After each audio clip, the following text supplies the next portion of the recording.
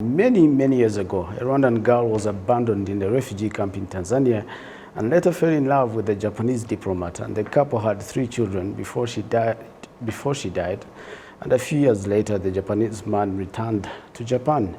Lost and left alone, one of the 3 children embarked on a painful search for her mother's roots in Rwanda at the peak of the Tutsi execution in the country, but she was sent back to Tanzania. Abandoned, her father returned 14 years later to take her to Japan, where her life turned into a nightmare and made her run to the US, where she lives now as a senior nurse. After terrible divorce due to her background, she wrote a book titled The Butterfly with Brown Spot, which she is launching in Rwanda as a tribute to her mother and consider it as a honorable way to return to her mother and a celebration for finally finding her real identity. Ladies and gentlemen, I have with me the author of the book, who is Michiko Honda. She got the name Umugabe Kazi. Many thanks for finding time to speak to us and joining us on RwandaTV. Honda. Hello, you can hear me? Yeah. Yes. Your story is, I don't know how to describe it, but it's an interesting one. It's a painful one at some point, but finally, you're back home. How does that feel?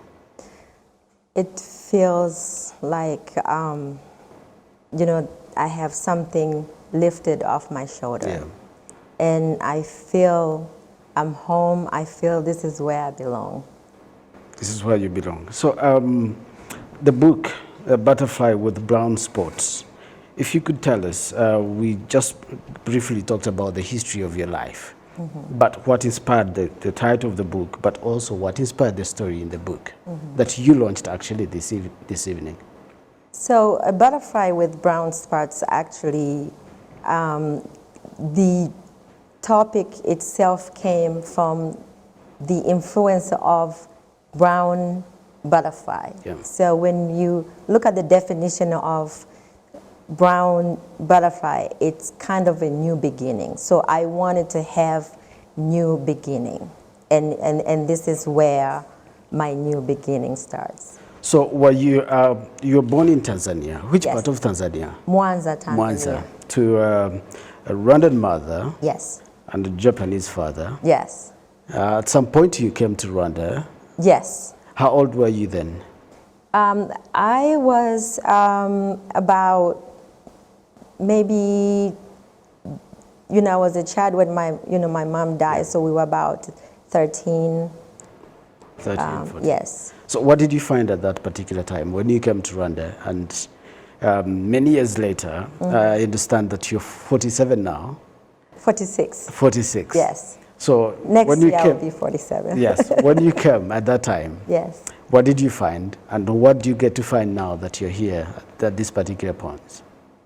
The first time I came, I was with my aunt, so we were actually just, our mom deceased, and my auntie thought that if she could bring us back to Rwanda, we would get help because we didn't have any family left in Tanzania.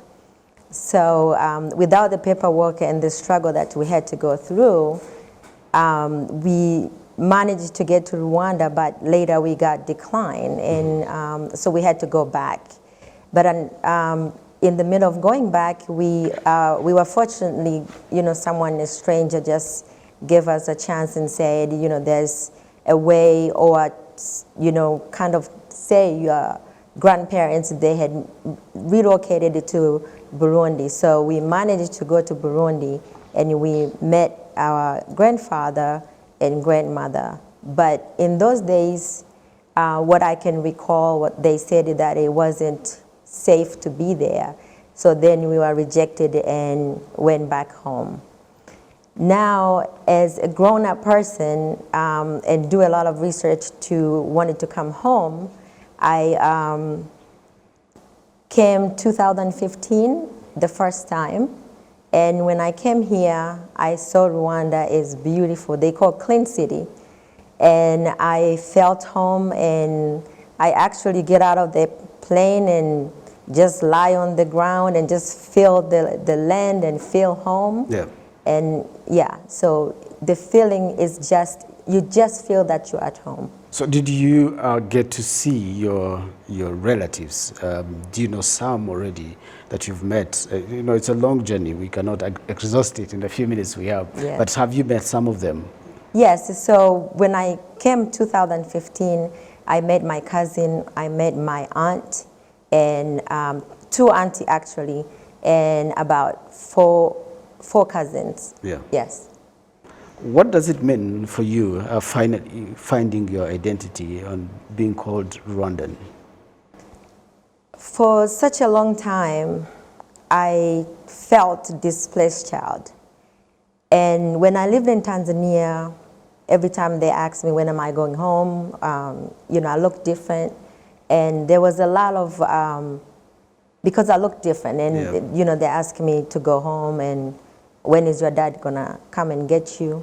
So then when I moved to Japan, then it was another. So in Tanzania, actually, I was more like Mzungu, light skin, in Swahili Mzungu. But I was light skin, so I was considered not Tanzanian. When I went to Japan, however, they actually saw me as a black person. So now the problem was, you don't belong here and you have to go back. Then when I moved to United States, now my status changed and they called me light skin. So I saw myself that one person have different view from different continents. Yeah. But now finding, yes, yeah. finding Rwanda and come home and overwhelmed welcome and love, and the first initial, Uncle Tom, yeah. you know, when I met him, he welcomed, and the moment he said, welcome home, this is your home, I just felt something in my body is just going through and feel that, yes, this is the DNA, I belong here. So, you're a mother of two, and have your children visited the country, and what do you tell them now? Well, so I had to find out first before you bring children if this was the right place, these were, you know, right relatives. And then I had to actually engage win them over a little bit by little, what happened to my life. And now I feel like to bring them home and for them to feel that they have home too. Yeah. It's an honor for my children and for me to get here today. What are the brown spots in your book that briefly that you're talking about? Is this different spot that make who you are? Well, I felt like yes, the color in itself. So that brown spots is, I think when you look at the butterfly, I think we can define it in so many different colors. And I think that's what I was defined. Okay, what does someone find in your book? And if someone read your book, yes, let's say a mother that has gone through the same story, or a father that has gone through the same story, what do you want to portray in your book? I really wanted to tell everybody that regardless what happened to your life, it happened to me, but I didn't stop.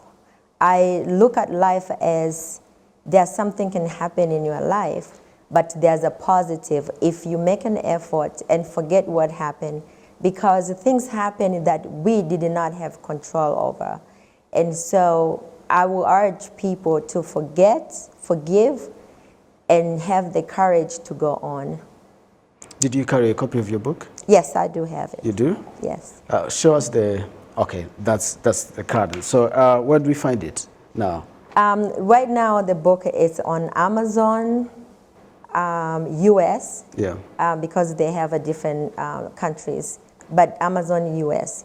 And within 1 to 2 weeks, we'll be able to ship the books here, and it will be at the store where we had launched it at Arise Bookstore. Arise Bookstore. Yes. Now, Mishiko Honda Mugabekazi, Many thanks for finding time to speak to us. Thank you so much for sharing your story.